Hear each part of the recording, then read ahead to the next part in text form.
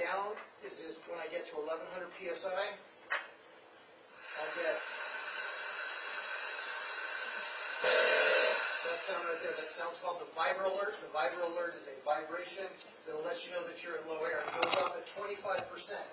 The problem is if I'm far into a building and I'm working, now I only have 25% to get out. NFPA has now changed the standard from 25% to 33% to get out, so you need a third of your air supply to get out. And so one of the things that we're also doing is moving from a 30-minute bottle to a 45-minute bottle. It gives us more working time. It also really provides an extra safety factor for us to get out in case of an emergency. Some of the other things that go on, we have, and these SCBAs were upgraded in 2002. What I can tell you is the original backpack and frame was something that I wore back in 1997. In fact, I had a newer version of this in 1997 when I was working in the academy in San Diego. So the bell that's here, this is a low alarm bell, is a very old piece of equipment. This has been upgraded to have a buddy breathing, as some of the requirements that are here with a buddy breathing hose. That's also on here as well. So if I come up to another down firefighter, I can attach my line to his or hers and be able to buddy breathe to get out. So the newer ones have a long hose that allows people to walk side by side. There also is a quick fill connection in case of an emergency.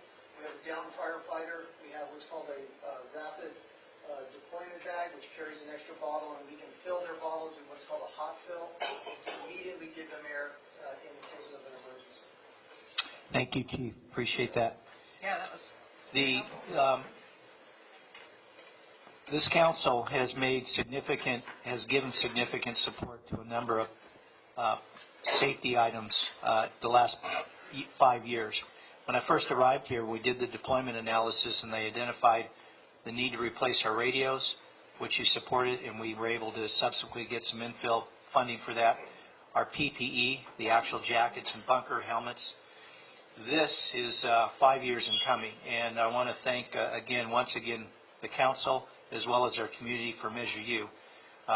We're here today because we have Measure U funding to do this. right. So tonight, what we're asking you to do, I also had the clerk pass out just some visuals so you can see some of the ensemble that they wear. This, as I said, went before the council as well as our Measure U committee.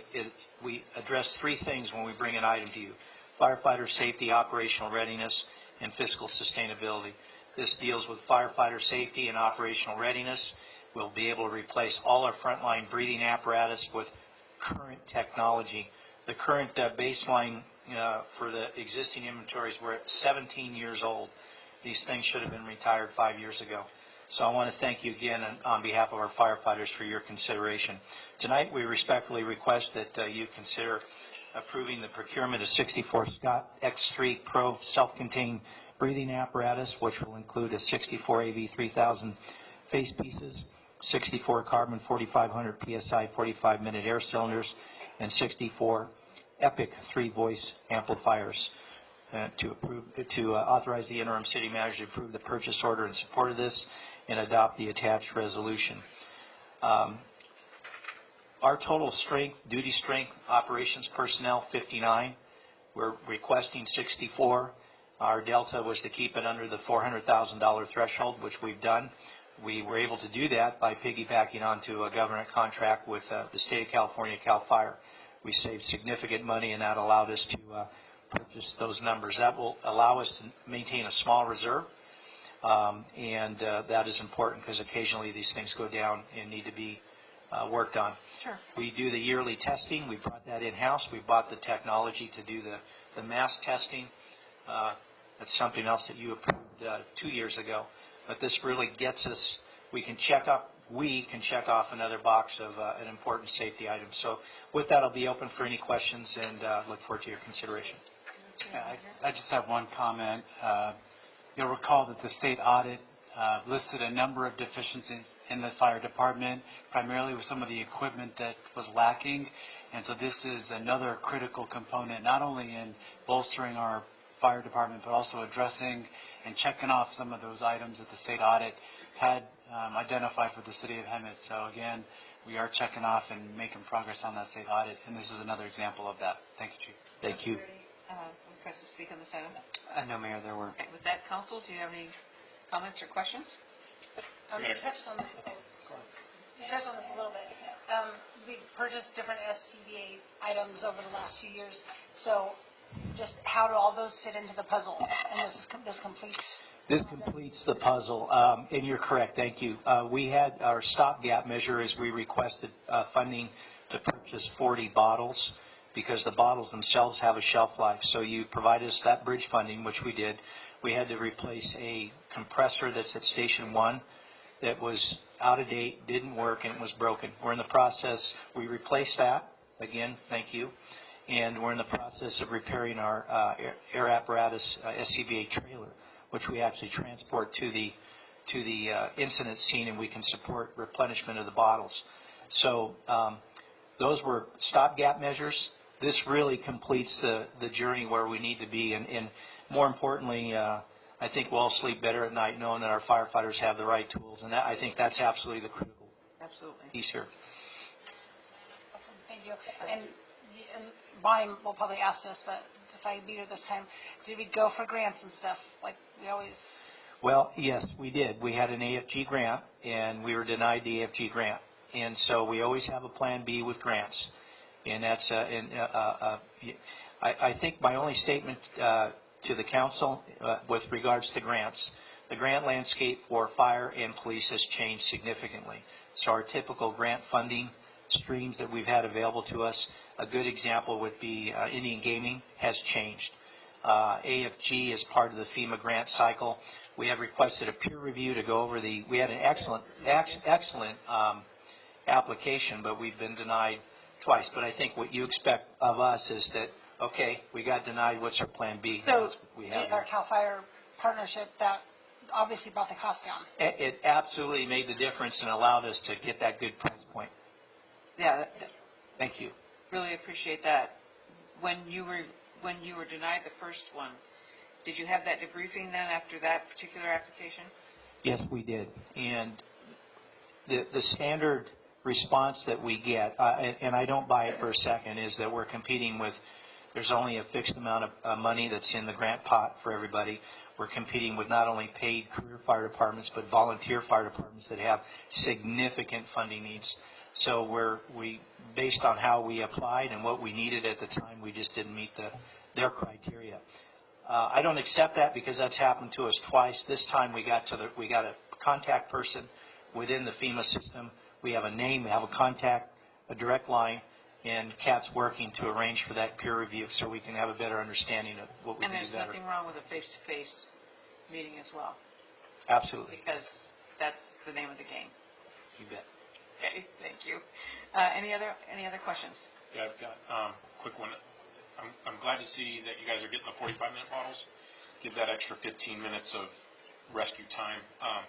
But with that, are the bottles significantly bigger? Are they the same size? Are they a different weight? They're a little bit bigger, and the weight's it's marginal. But I think the flip side to this, and I think Chief Lloyd indicated, and I want to highlight this, the buddy breathing, the other componentry, we're going to have be able to see some of the measurements that we're going to be looking at. The firefighter will be able to look at that in the face mask. But 45-minute bottle, 30-minute bottle, the bottom line is accountability. So on the fire ground, if you join us on the fire ground, we maintain a fire accountability board. We have to account for every individual that goes in. We bought the SCBAs that have the technology that will enable us to upgrade to GIS function, which means we'll be able to, or GPS, we'll be able to monitor on a screen where our firefighters are in the building. Cost prohibitive during this cycle, but we bought the right technology, so we'll be able to upgrade to that at some point. All fire departments are going through that transition now. Accountability is the #1 responsibility of our command staff and each of our firefighters to take care of one another, because lost and trapped firefighters lead to a significant amount of fatalities every year. It's unfortunate, but we need to. It's part, and I get it, it's part of doing business. Right. The main reason why I asked this question about the size, because a lot of times these guys are going into confined spaces, and I don't want to get a call from you saying, hey, we lost a firefighter because he got trapped and to make sure that these bottles aren't big and cumbersome that are going to prevent that from happening. Many of the regardless if it's a 30-minute or 45-minute bottle, there are rescue techniques, self-rescue techniques that our firefighters are taught, that they train on. So it actually requires them to take their bottle off, their harness off, and breathe off the mask and do buddy breathing with their firefighters. But it is a good point, and one that we train. Hopefully we'll never have to employ. Thank you. Linda, just one comment. And of course, their safety is number one for any of this. And I was concerned about the weight and the size too. But the 40 bottles that we bought on a stopgap, do they qualify for either the 33 or the 45 minute, or are they the original old ones for the? Well, no, they're the upgraded bottles, 30-minute bottles that we have in the inventory, so they'll still be utilized. And I think, if I may, they adapt to the existing compressor, the mobile compressor, so we don't have any of that compatibility issue. It's the capacity that's been increased, so, yeah. Very good. Thank you. Thank you. Great presentation. Yes, thank you for bringing this to us. This is another milestone step, as I see it, in 1/3 of your department's mantra, and that's firefighter safety. And I concur with Mike that I'm glad to see we went with the 45-minute model, because firefighting is getting more complex all the time. There's more hazardous materials that you're encountering and the conditions that you're in. So that extra 15 minutes, I think, is going to be critical. And just kind of thinking, because we were able to do this piggyback with CAL FIRE, so much of our department's operations involve mutual aid support to CAL FIRE, and they support us as well. So if they're going to the same hardware, that compatibility, I think, is critical for firefighter safety on both sides of that equation. So it just makes really good sense operationally. And thank you. In the radio that Chief Lloyd, I'll point to that, carries, we have interoperability with all the fire agencies on a daily basis. They talk on our command or TAC. We talk on CAL FIRE's command or TAC. And we have, so that interoperability as far as communications as well is important. And I would imagine that with all the mutual aid we do for these massive fires up north that we go to, it pretty much takes its toll on our equipment as well. Yes. So to have this quality of equipment for our firefighters is essential, and I appreciate you bringing it forward to us and getting this done. On behalf of our entire team, I want to thank the council for your continued support, and once again to our community with the Measure U, because this is why we're here today. Absolutely. Thank you very much. With that, I'll make this motion to approve. Just a second. Please vote. And that carries 5-0. Thank you very much. And now we'll go on to council and council reports. Councilmember Krupa. Okay.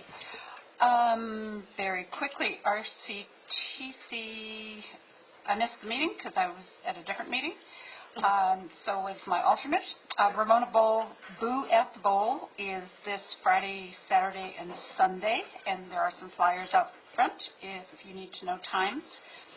RTA, both exec and directors meeting is this Thursday. Library board meeting was last Friday. I missed it, but Kathy assures me they had a very, very full agenda and good discussion, and they had all their members there. League of California Cities was this past Wednesday, Thursday, and Friday in Long Beach, and I attended that. And may I add that Linda was recognized during this conference as division chair for League of Cities, and so we appreciate all that she did this past year, because it's not an easy job. No, it's not. So I was very grateful to give up the gavel, so to speak, to Dana Reed from Indian Wells, but I did get a great plaque out of it. So, and that's the only reason I did it. And I told everybody that I accepted the position because I wanted the plaque. SCAG is the first Thursday of November, which is going to be a problem, so I probably won't go because Bonnie is more of a priority and the city is more of a priority. So, but what I was thinking about that, because the meeting doesn't start till 12. So, SCAG, for when they're going to discuss. Well, maybe I can get over there. Well, if ours is done by 9:30. Yeah. 9. Oh, okay, maybe. You could, maybe. Maybe. I hope you can. I do too, because they're going to be But I appreciate discussing the the fact RENA you- numbers, the methodology to our RENA numbers, and as it stands right now, our allocation is at 12,500 additional dwelling units over the next housing period, which is 10 years. So welcome to the real life of I thought it was 8 years. Yes, sir. They changed it. next cycle. So anyway, Water Master doesn't meet until November or December, I think. Investment Oversight Committee, we had yesterday. Carly, our city council member and city treasurer were not there, but finance director, city manager, and I met. We reviewed the the investment report for August, and that will be on the November agenda. And the next meeting of the Investment Oversight Committee will be November 18th, 1 p.m. in the Sister City Room at City Hall. Great. Councilmember Meyer. All right. We had no RCHCA. It'll be next month. And tomorrow night is our Hemet Police Department Citizens Academy graduation. So it's our first. Yes, it's exciting. Yeah. So we've completed. Oh, yeah, right. That's great. Oh, dear. We bought our pink patches, so we have our little pink patches. But yeah, so that'll be exciting. Yeah, There'll be absolutely. a lot of excitement. So that'll be our first one, and I think people have learned a lot. Uh-huh. We've gotten a lot of You know, good feedback. everywhere I go, people are amazed at everything they learned, including the officers. Finding out things of other officers that they never knew, and Exactly. and yeah, and I'm sorry that I wasn't able to fulfill my obligation as I intended on that, and but I'll be first one in line for the next one because I won't be working then. Councilmember Percival. No RCA meeting. That was at the beginning of the month. I did go to the League of Cities last week. There was a lot of sessions. I went to the housing sessions and then went to one of the lawyer sessions that dealt with land use and zoning. And then I did stay for the vote for a resolution. Good. One of them was pulled that dealt with Rule 20 for the power companies and the Public Utilities Commission. But the other one that did pass was to bring awareness or provide funding for the Tijuana River. And it was quite ironic that we voted on this when we did, because just 2 days before, I want to say it was on a Wednesday, there was a body that was found in an intake for a waste treatment and put like 14 million gallons of sewage and polluted the water. So it was quite fitting that we voted on that when we did. But yeah, a lot of the housing stuff, and I made the comment about the SB2 funding already, but there was a lot of conversation about that, and the deadline fast approaching. There's only 91 cities that have applied so far out of 300 and change.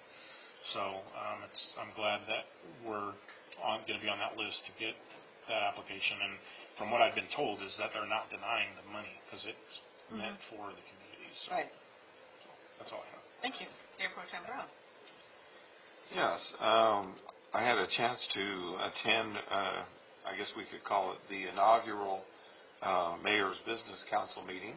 Yes. And I will allow the mayor and the city manager to elaborate more on that meeting, but I think it was a very good kickoff to First what I meeting, hope will be a good series of meetings and enhancing relationships between the city and and the business community.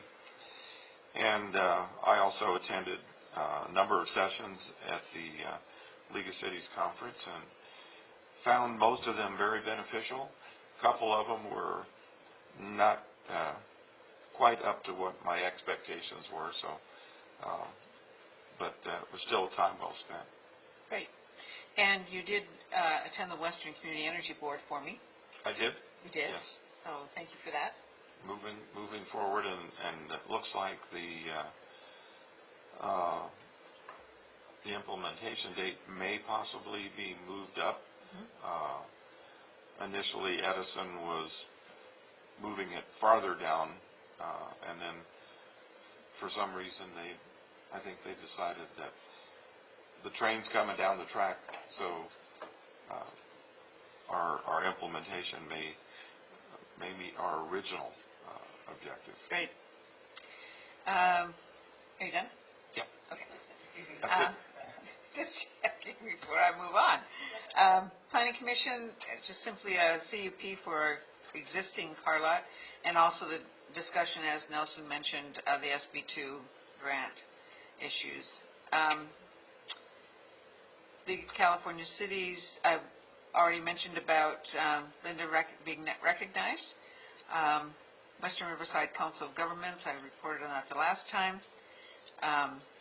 SCAG, I was not able to attend. Homeless Task Force is next Monday.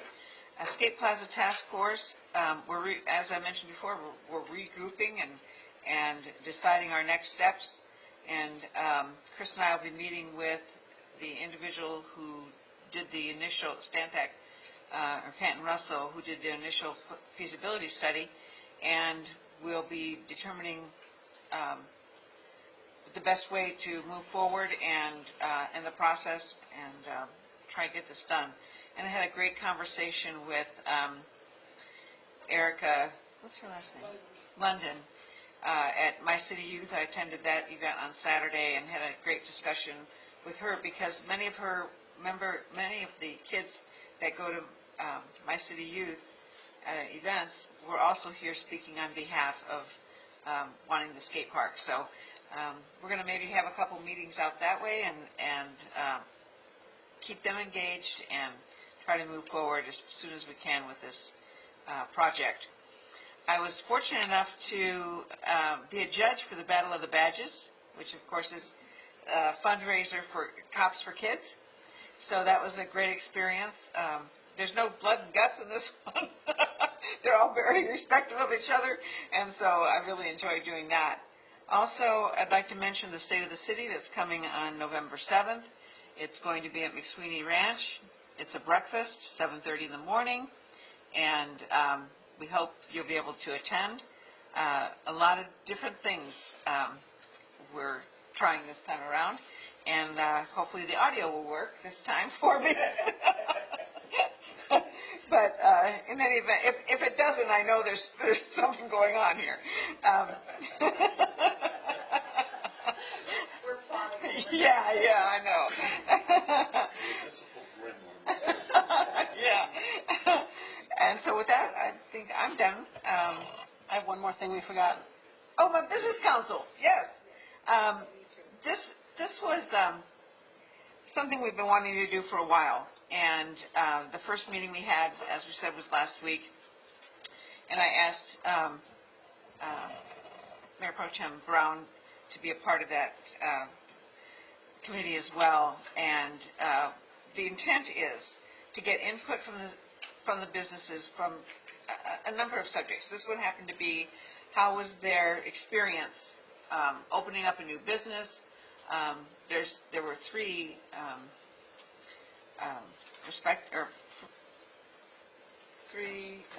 prospective businesses being represented. One wasn't able to make it, but we were glad to hear that the majority of their problems really weren't from the city. However, in the discussion, it was important that we knew from them what would make the process easier for them.